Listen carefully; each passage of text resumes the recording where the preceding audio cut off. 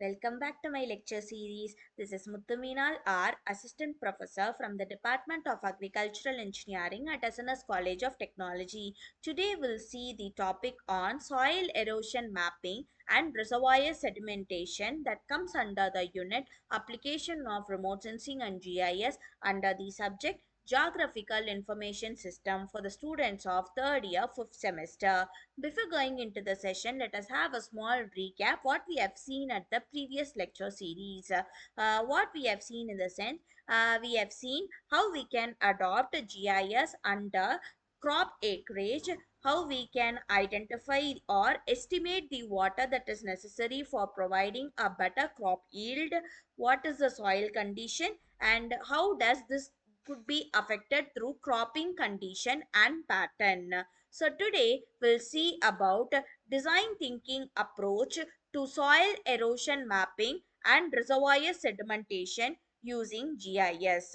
Here we'll explore innovative geographic information system methodologies to address critical environmental challenges through human-centered design principles and spatial analysis.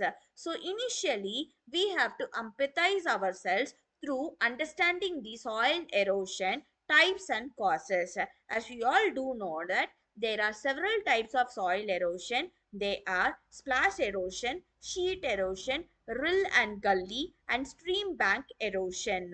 So usually these are caused due to natural factors, human activities, and erosion processes.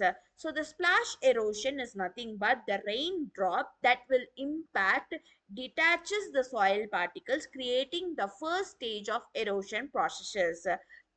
Sheet erosion is where the uniform removal of thin soil layers across the slopes by overland water flow. Rill and gully will be playing a major role because the concentrated water flow carves the channels, progressively deepening into the landscapes, and stream bank erosion is caused due to lateral cutting and bank collapse along water channels during high flow events.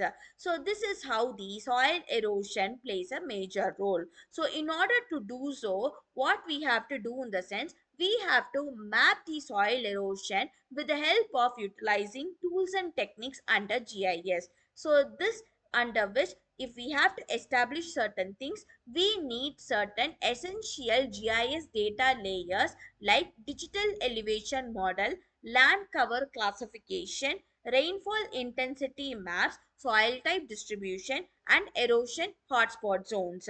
So, with this, we can go under four categories that helps us to enhance the mapping.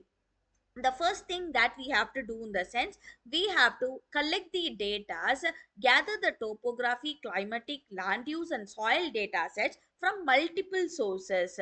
So this will play a major role under step 1. Under step 2, what we'll do in the sense, we'll apply the v models to calculate soil loss rate spatially under erosion modeling. Under step 3, will create the classified maps showing erosion severity from low to the extreme risk under the step 3 category, that is risk map generation, and then we can go in for decision mapping support. So here the reservoir sedimentation impact and challenges are usually caused through critical consequences like upland erosion, stream bank collapse, construction activities, and agricultural runoff. What we have identified here in the sense, watershed scale erosion through GIS mapping and design thinking approaches can usually reduce reservoir sedimentation rates by up to 60%, extending the infrastructure lifespan and protecting water resources. So the efficiency usually shows the capacity losses exceeding 40% in several affected reservoirs, and this process helps us to accelerate the infrastructure aging, increases maintenance cost, and compromises long-term water scarcity for communities and ecosystem downstream. So here we have identified the design thinking cycle where the soil and sediment could be managed. So initially we have to understand the stakeholder needs like farmers, water managers, communities affected by erosion and sedimentation. Then we can use the GIS map to erosion hotspots and quantify the sediment loads. After doing so, we can brainstorm the solutions through cover crops, sediment basins, reforestation, and terracing, and then design these spatial models of conservation practices, simulate sediment reduction scenarios. So some solution examples are cover crops. So here it is an example or a case study that I like to show you, because the plant protective vegetation during the off season to reduce the raindrop will impact increase infiltration and stabilize the soil structure. So here what we have to know in the sense how we can identify the soil and sediment, and then we can reduce them and manage them. So this is what we'll do here. Okay, so the interactive quiz of today is, what type of erosion is caused by raindrop impact? We do know that the raindrop impact or the splash erosion is common. So the splash erosion occurs when raindrops strike bare soil surfaces. So which just data layer is essential for mapping sedimentation patterns. In order to map any kind of sedimentation patterns, it is necessary for us to go in for digital elevation model. Name any one human activity that accelerates soil erosion.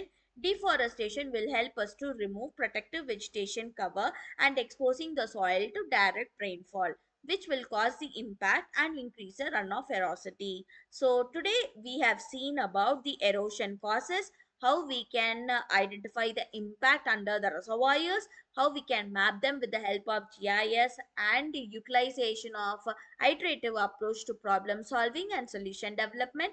Then we have identified the conservation solutions like cover crops, terracing, reforestation, sediment basins, and best management practices. So from this, what we have identified is, we can reduce the sediment loads, we can extend the reservoir life, we can improve the water security, and also we can qualitatively collect the spatial data for the help of community engagement and adapt the management cycle. So this is what we have prepared for today's class. If you guys have any kinds of doubt or anything, you guys can ping me anytime. The materials that I have identified or used here are shown here as a references for your future reading, and also I have given you an additional learning pathways. So see you at the next class. Ping me anytime. Thank you.